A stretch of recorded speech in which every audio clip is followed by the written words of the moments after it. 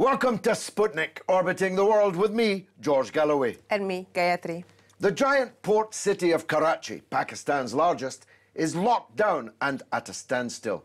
Vehicles are burning. The British consulate under siege. Its diplomats disappeared to Dubai. And all over a British man from Edgware on the outskirts of London. Altaf Hussain was arrested this week by London's Metropolitan Police after a long-running inquiry which involves a strange death and piles of unaccounted-for money. Hussain is not being held for murder, though, rather like Al Capone on charges of money laundering. The murder inquiry is continuing. Altaf and his supporters, however, fiercely deny any wrongdoing on his part. Some years ago, alone, I can promise you, in Parliament, I raised of Mr. Blair's government some trenchant questions about Altaf Hussain. Here's a clip of what I said then. Why is Altaf Hussain being allowed from a sofa in Edgware to conduct a terrorist campaign and a campaign of extortion of businesses and citizens in Sindh? And why was he given British citizenship? I want to ask the Minister tonight, and if he doesn't have the answer to hand, I would like him to write to me and tell me the answer to this question. Was Altaf Hussain ever refused British citizenship? And if he was refused British citizenship, what changed between that refusal and the granting of citizenship to him? It is an extraordinary thing, Madam Deputy Speaker, in the middle of a so-called war on terror, that a bloody reign of terror in a major Pakistani city, and there are millions of Pakistanis who are citizens of our own country, a terrorist cell is operating from Edgware in the form of the MQM. Every day, Altaf Hussain, a British citizen, addresses his puppets in Karachi, giving them instructions on how they should govern, including how they should handle peaceful demonstrations. Well, I think I look younger now than I did then. Joining us now to discuss the backdrop to this week's extraordinary events is Barrister Aisha Jamil, I'm glad to say. Barrister Aisha, thanks for coming on the show. Thank you for having me. Just before we go into Altaf Hussain and the arrest, give us the backdrop, will you? Because many British viewers will be rather puzzled as to why this is all happening, who this man is, what he stands for, and the rest. Tell us about the MQM, who they represent, what their demands are. Well, George, MQM is perhaps the fourth largest party in Pakistan at the moment. It was formed some time ago by Altaf Hussain, initially whilst he was a student, and then it became what was known as the MQM, Mutada Qawmi Movement. Mutada means united. Initially it was Muhajir Qawmi Movement. And that really was formed initially for those who had immigrated to Pakistan from India, South Asia, Bangladesh, and they were Urdu speaking. Initially it was a party to give a voice to those who they felt had been trampled upon and were discriminated against. And that's how the party initially formed. Over the years, it has levied a lot of power in Karachi. Particularly, that's where it's more prominent, because that's where the Muhajirs immigrated to. A lot of people have said that they wield far too much power, and there are rogue elements of that party which has caused terrorism in the city. Of course, these are allegations which are denied by the MQM. But in 1992, there was an operation called Operation Cleanup. It resulted in the arrest of several senior MQM leaders in the country. There were a number of allegations made against Altaf Hussain, and there was a warrant out for a murder against him also. And at that point, he fled the country, and he obtained political asylum in the UK. Interestingly, in 2002, he was given a British passport under what was considered now, when it was investigated, to be a clerical error. So how it can be a clerical error, I'm not quite sure. But one thing which recently came to light is that whilst Tony Blair was in government, a couple of weeks after 9/11, Altaf Hussain, or the MQM, had written a letter to that administration, Tony Blair's government, and said that we have unlimited resources to curb, you know, to have demonstrations, bring people out on the street. We would encourage you to disband the ISI. ISI, of course, is the intelligence service in Pakistan. One thing's clear, he addresses from London, from Edgware, from his sofa that I talked about there in Parliament, he addresses his followers in Pakistan over television, live television broadcast to them. And it's pretty blood-curdling stuff, isn't it? Well, there's been a number of speeches, and he's got away with them so far because they're just on the peripheral, just on the edge. You know, in May last year, over 12,000 people complained to the police. They made a report saying he has incited violence. Under the Terrorism Act, you must arrest him. And that's when the investigation kicked off. Around about the same time, Mr. Galloway, you remember you instructed my firm, HKH Kenwright & Cox Solicitors, to see whether there were avenues that could be pursued in terms of either a civil action or a private prosecution. But it seems after those complaints were made, the police got into action. Of course, there was always the ongoing inquiry in relation to the murder case of Dr. Imran Farooq. Dr. Imran Farooq was murdered here in London. He was one of the leaders of the MQM. There seems to have been some kind of falling out, and he's dead. That inquiry is ongoing, so we better not go too far down that avenue. But I did instruct you to bring a private prosecution. I said to the government and to Scotland Yard, to the prosecuting authorities, either you prosecute this man or I'll bring a private prosecution. Indeed. It then became clear to me that the investigation into Altaf Hussain was sufficiently serious to make me wait. And now they have arrested him. Tell us what happened this week. Well, you see, around about the time you instructed us, in fact, the police kicked into action. There was a raid last year, almost a year ago now, in June, 12th of June last year, in Altaf Hussain's house. So inquiries have been ongoing. Now, there are probably 4 different avenues of possible criminal activity. There's the murder investigation, there's the incitement, the speeches he makes, the hate speeches in Karachi. He talks about the prepare body bags for so-and-so. Yes, he did a speech in 2009 saying, 12th of May 2012 was the Teen Tilwar speech against PTI workers, saying if you come out in protest... This is Imran Khan's party. That is, indeed. If you come out in protest, don't blame me if I unleash my followers on you. But you see, I don't think there was enough really to successfully convict in front of a jury with those speeches, but they're still being looked into. And then there's the money laundering, because during the course of the investigation, the counter-terrorism unit, in fact, engaged with the murder inquiry. And in the course of that, cash was recovered, sizable sums, over $500,000 in total, from Altaf Hussain's personal residence and also from the MQM secretarial offices, which are in Edgware. So that is the case upon which the police have the most evidence at the moment, and that's the case under which they arrested him this week. And the fourth, of course, is tax evasion, because, you know, they have a number of properties, there's all this cash, and where has it come from? Now, in relation to the money laundering, what Altaf Hussain will no doubt do is, if he is charged, and he hasn't yet been charged because he's ended up in hospital, well, he hasn't been well. I think he did have an appointment already. But yes, so it's difficult for the police to interview him. But he is no doubt going to say, this is money which was given to me by donators, because there are thousands of MQM followers, and I'm sure they'll all step forward saying, we made donations. But it still has to be accounted for. It should have been put in bank accounts. Tax, you know, these are all issues which he will have to deal with. So how did the political class in Pakistan respond to his arrest?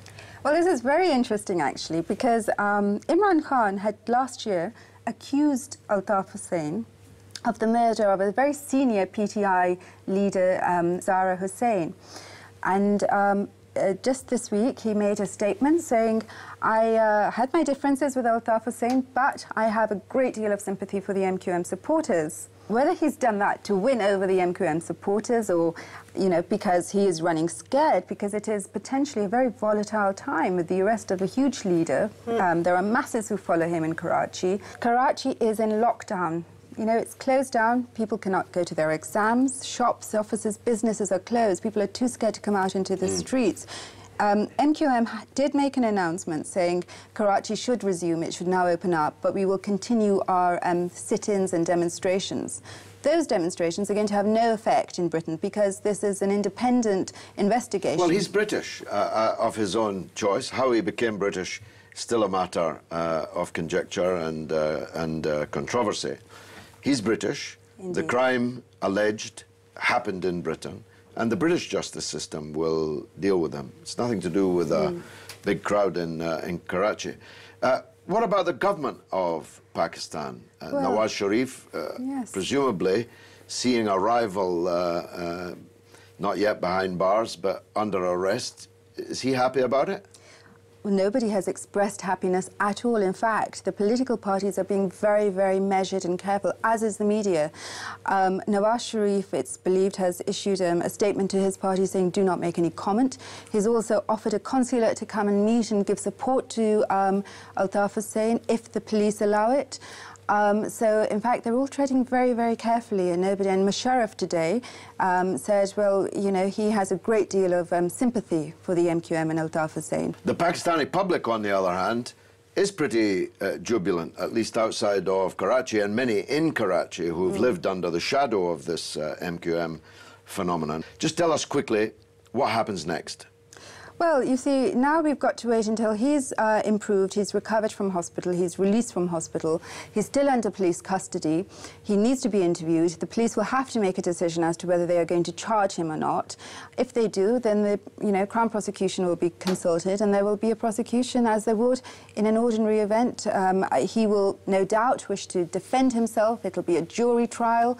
So, you know, it's not a political decision. This is very much an independent judiciary in this country, and the due legal process will take place. Thank goodness for that, Barrister Aisha Jamil. Thank you very much. Coming up after the break, it's D-Day anniversary time, with a necessarily dwindling number of surviving veterans of the day that changed Europe for good. 6th of June, 1944. We'll be right back.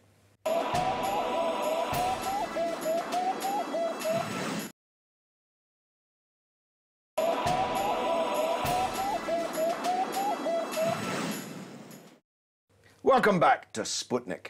D-Day marked the opening of a second Western front in the Second World War. Hundreds of thousands of Allied forces crossed the English Channel and invaded Nazi-occupied France at Normandy, successfully fooling the Germans who expected a landing further east.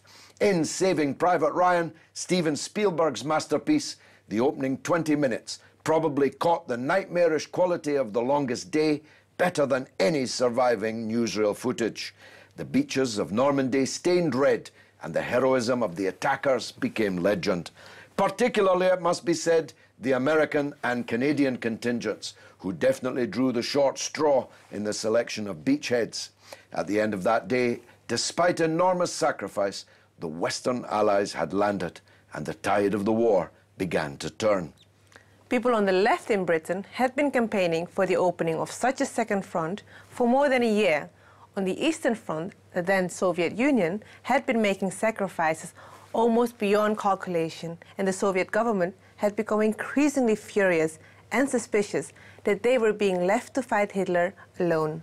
Joining us now to discuss perhaps the most significant day in European history is military historian Max Arthur, OBE. Max, you've got a tremendous spread in the Daily Mail, with adorned, I must say, with a picture I've never seen before of two of the wounded from that longest day. And your stuff is just brilliant. Your book, Silent Day, I'm reading now. Just for the younger viewer, as we say, tell us what happened on D-Day. It was an amazing day because the bulk of the population didn't know it was going to happen on that day. Because of the deception. Deception. Lots of deception raids going out. Hitler was deceived. The German army was deceived.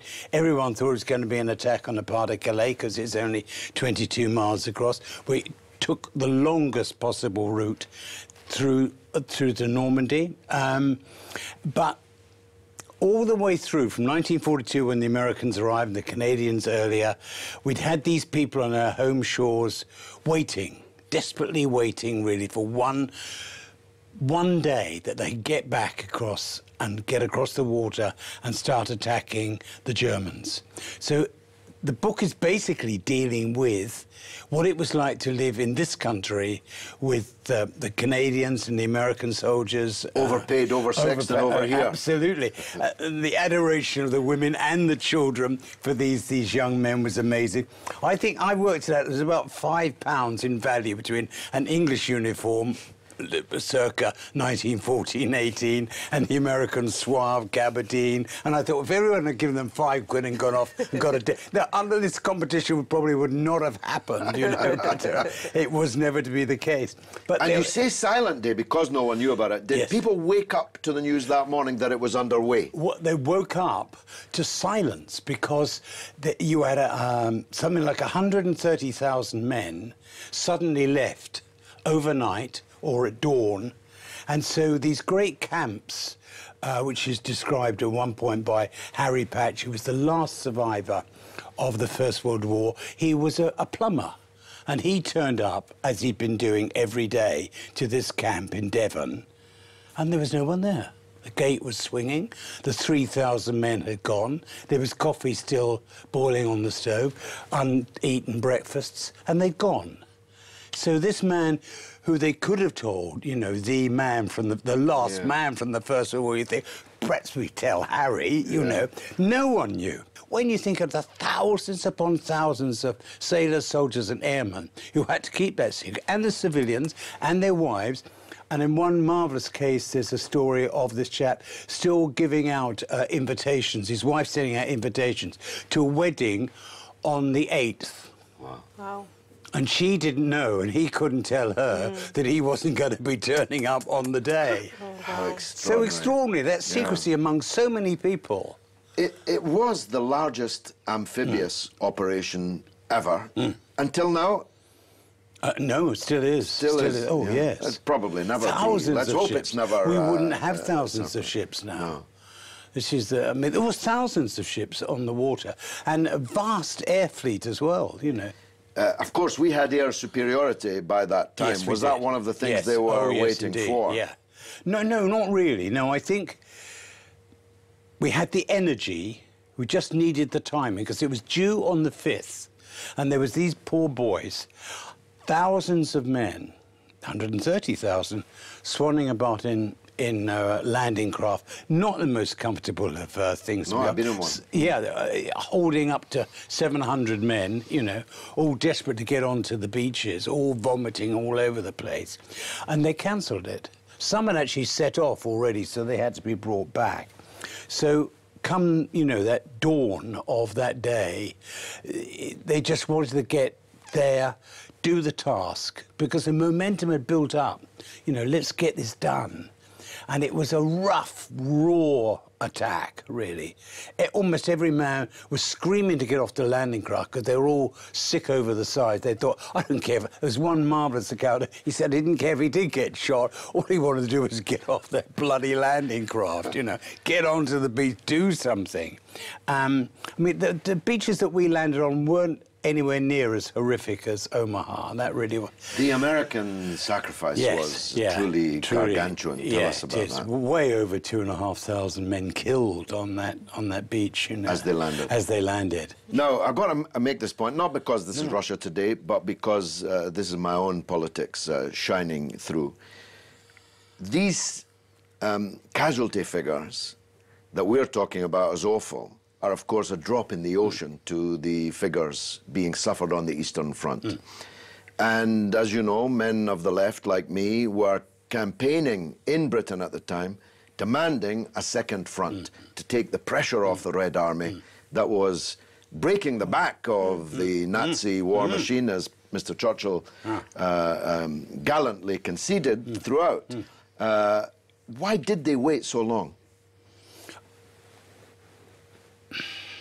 I think they had, it was almost a psychological aspect to this. And a detachment as there still remains between ourselves and Russia. They were our allies, but slightly distant allies. It was too far away, as the Germans used to chant on the way back.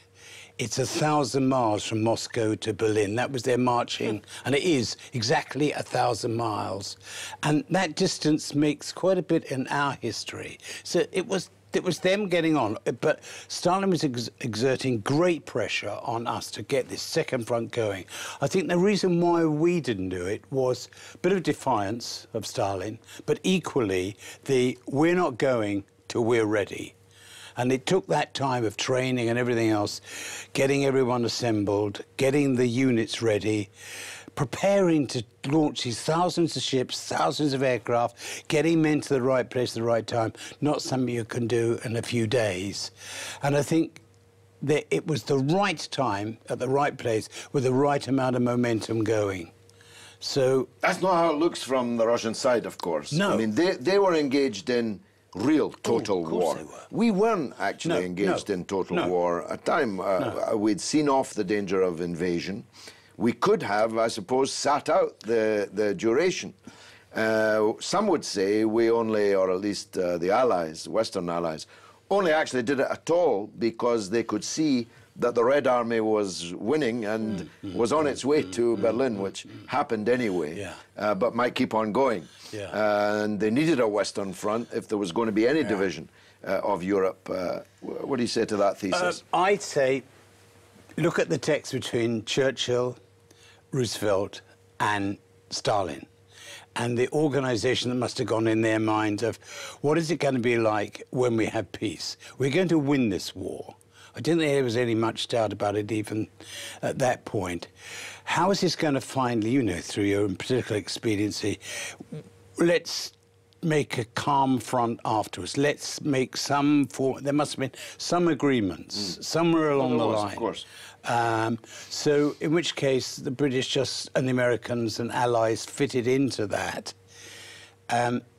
We could have suffered. We could have lost Normandy, you know, had they managed to counterattack, which they did very quickly. And when you think that 4 months later at Bastogne, they had almost overwhelmed the American troops, yet again drove them back 60 miles. It was still perilous. And a lot of casualties all the way through. A lot of French casualties. A lot of French casualties. I mean, thousands of French people died in the D-Day invasion. Absolutely. Bombed in their own houses by British. By us. By us. Yeah. Thousands. Far more than were killed on the beaches. You know, we were going to. You know, they weren't exactly out there with. But it was the liberation of France. Yes, which was the French are, I think, grateful for that. Maybe a little shy about it, but grateful for it. And of course, the commemorations this week have been quite moving. Oh, very moving. The Queen there, maybe for the last significant anniversary. I said in the introduction it was the most important day in European history. Is that hyperbole on my part? No, not at all. Changed the face of the world. What world would we have had? Your book captures it, I must say, wonderfully. That aspect of it that not many people calculate now, the total silence, the total secrecy in which it was done. That is something that definitely could not be repeated. No. Max Arthur, OBE, it's been a pleasure. My pleasure. Reliving D-Day with you.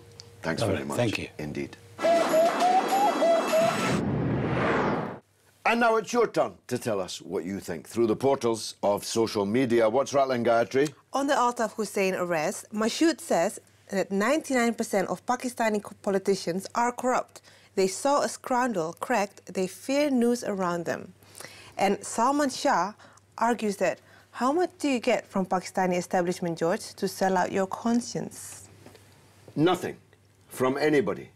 Don't judge everybody else by your own rat-like standards. That's clear, I guess. On the D-Day anniversary, Zash Anna says, D-Day anniversary should be a commemoration of shame of West for not opening it until USSR broke the back of Nazis and defeated them. Well, I think that's going too far. I don't think you can describe an operation of that scale, of that heroism and sacrifice as being something to be ashamed of.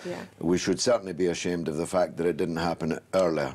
But the men who mounted the biggest amphibious assault in military history until this day have a lot to be proud of, and we should be proud of them. That's why we're celebrating it this week, and that's it for then. Which sadly means that's the end of the show. Do please keep in touch with us on Twitter at RT_Sputnik, and on Facebook you can like us on Sputnik on Russia Today. It's goodbye from me, Gayatri. And from me, George Galloway. It's been marvellous.